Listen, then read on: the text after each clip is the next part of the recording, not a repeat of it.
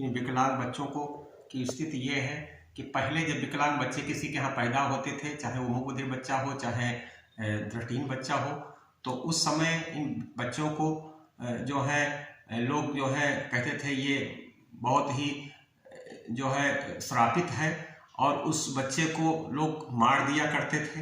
बाद में धीरे धीरे उन बच्चों को लोग जो है गिरजाघरों पर, गुरुद्वारों पर या कोई धार्मिक स्थानों पर अनाथाश्रम में डाल आते थे और वहाँ इनका पालन पोषण किया गया।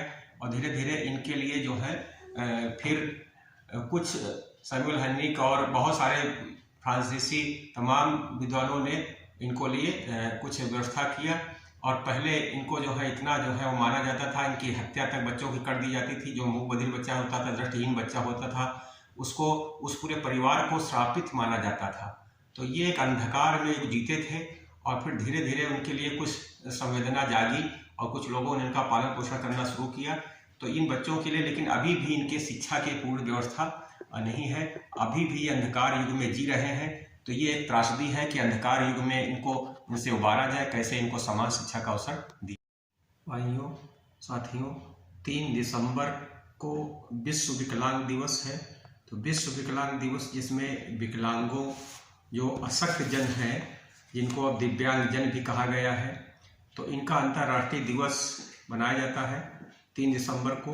1976 में संयुक्त राष्ट्र महासभा द्वारा विकलांग जनों के अंतर्राष्ट्रीय वर्ष घोषित किया गया था। 1981 को घोषित किया गया। 1992 से संयुक्त राष्ट्र सभा द्वारा 3 दिसंबर को विश्व विकलांग दिवस की शुरुआत की गई।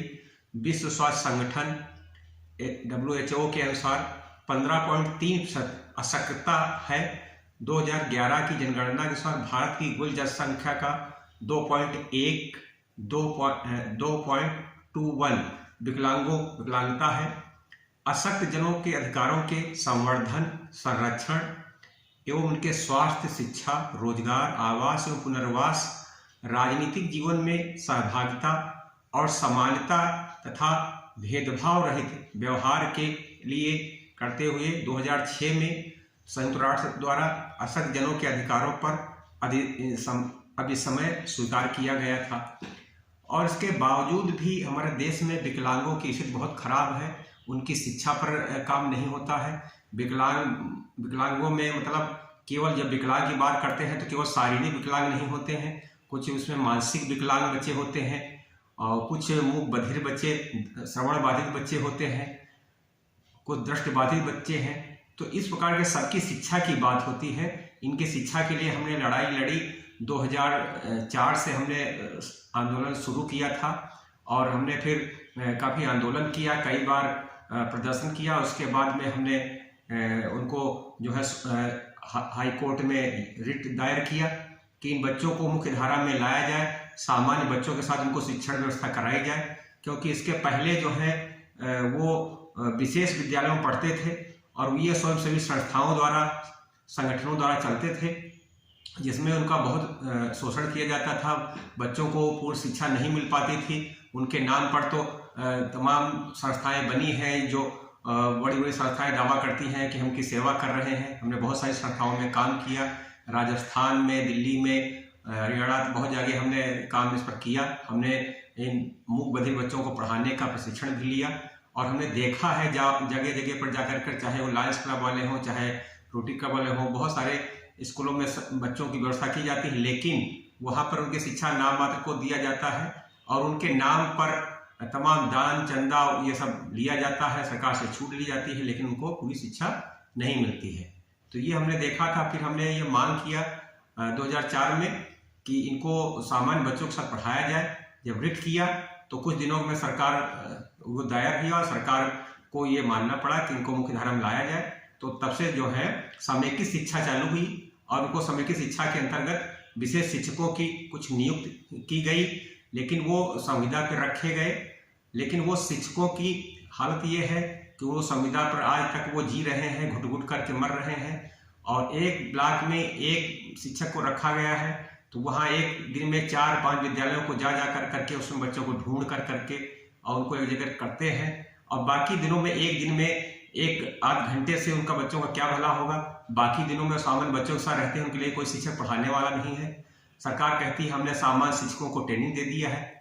सामान्य शिक्षक कोई ट्रेंड नहीं है, वो नाम मात्र के लिए केवल उनके एडमिशन सामान्य स्कूलों में कर दिए गए हैं। सामाजिक शिक्षा, सर्व शिक्षा अभियान और ये सब किया गया है, तमाम योजनाएं बनाई गई हैं।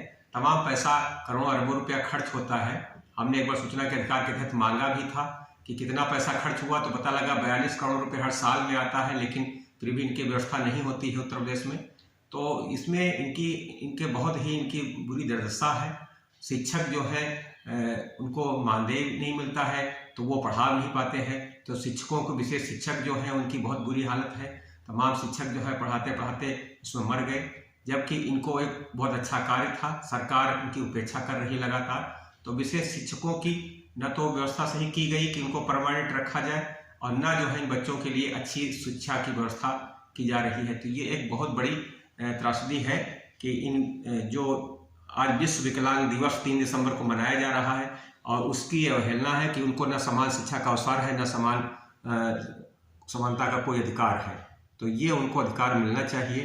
कुछ बच्चों के बारे में हम आपको दिखाएंगे कि कैसे बच्चे जो हैं, आज हमारे यहाँ एक बच्चा है जो आज ज्ञानोदय विद्यालय में, जिसको जो बीकॉम में हमने उसका एडमिशन, मुख बधिर बच्चा है, इसको लिया है, और वो बच्चा बीकॉम में पढ़ रहा है। ये बच्चे आगे बढ़ करके पढ़ सकते हैं, बराबर सब कुछ साथ में पढ़ते हैं, तो ये कर सकते हैं।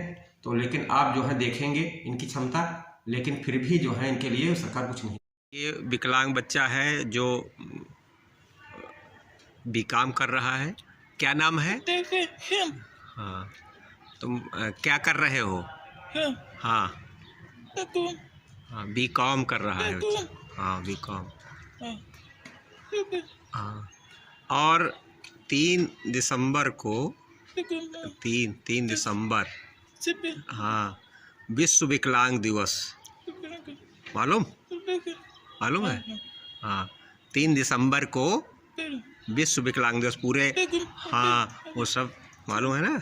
हाँ, तो उसमें सब खुश हो गए। हाँ, सब खुशी मनाएंगे। हाँ हाँ, तुमको गाना मालूम है? हम होंगे कामयाब। हाँ, सुनाओ। हाँ, हम होंगे कामयाब।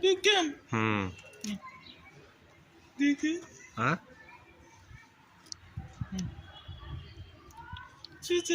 हाँ,